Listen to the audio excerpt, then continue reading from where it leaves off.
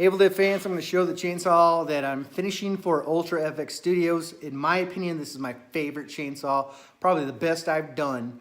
The bar is not attached yet because I got paint drying, but I'm going to show you guys right now what it looks like and give you a detail by detail things I have done with it.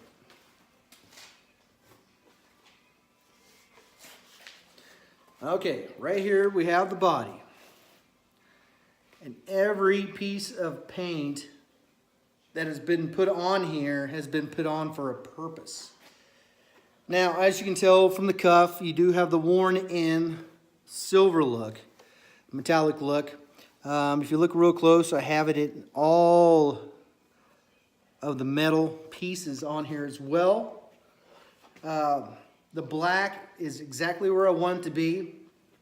Now, a lot of times I don't blacken this side in so much, but the reason why I did that is for function. Now, when the chainsaw is moving, you know it's going to be sputtering crap out, things like that. So I really wanted that darkened up, but I also did silver accents like it's worn down on top, like you would see on an Ash vs. Evil Dead chainsaw, and on the back. I mean, this one, top, the way the top came out perfect. This is the best top I've ever done. It's more of a season 2, season 3. I have metal accents on the edges right here. Let me get a good view here. And on the other side. It is an inserted top, but one thing that I do now is I actually attach permanently the whole body housing to the top. The reason why I did it for this one is if he decides to hang it so you have a little more structure versus 2 bolts in the front and 1 bolt in the back holding the top on. Like my 100%er is attached the same way this one is. And also, if I do decide to sell them, which, yes, I do sell them, nobody can take apart my top and sell that design for themselves. So if you decide to try to take the top off, you will destroy the top and the whole chainsaw. So I'm not saying people will, and I know Ultrafx Studios won't do that, but at the same time, I do that because that template for my top is sacred. So yeah, if you decide to say, well, I'm just going to take the top and design that for all whatever chainsaws you make, and you decide to take all the bolts off and try to pull it off, you're going to actually destroy the top completely. So, but at the same time, this whole side will still pop out and you can replace whatever top panel pieces and side pieces and whatever pieces you need to replace.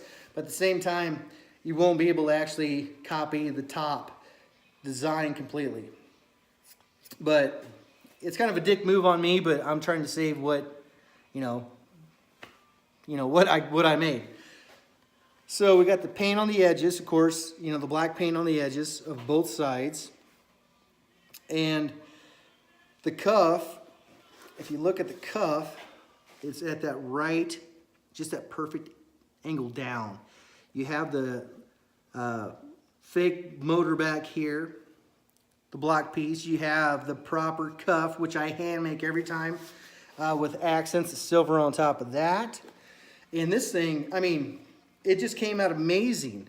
The way that I did this handle here and perfectly rounded it off and make it just look so freaking factory made is amazing. This one to me is my favorite one that I've ever made.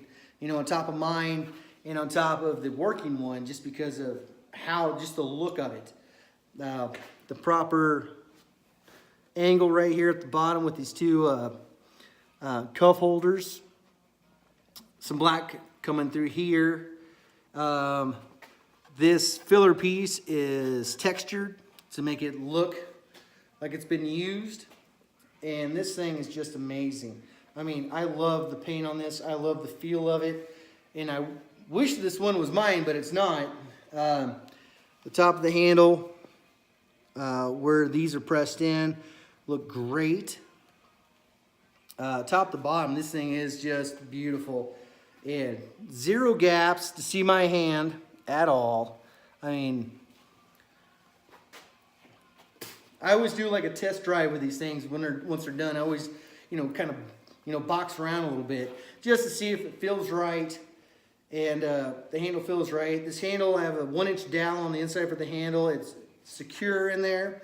I did put my soft pad on the inside. I have yet to show a video on how to do the soft pad. That's kind of a design I came up with. So a lot of people, when they do make these things, they say, well, wear a black glove or something like that, or beware when you put your hand inside because you'll cut your hand up. There is a way to avoid that completely, and that's what I do. Toggle switch is the store-bought toggle switch for Ash vs. Evil Dead, the taller toggle switch versus the toggle switch that you have on the original Homelight XL. The back of the top looks perfect. A lot of people really get janky on the back of the top. They really don't know how to do that correctly, but I do when it's extended out. But man, this thing is just, it's beautiful. It's a beautiful piece of artwork.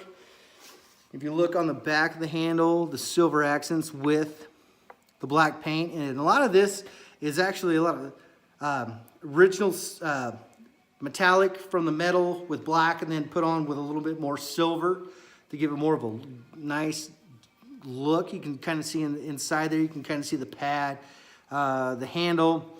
I fill in the whole inside with black, except you can see right there where that original pull string is. It's still kind of white.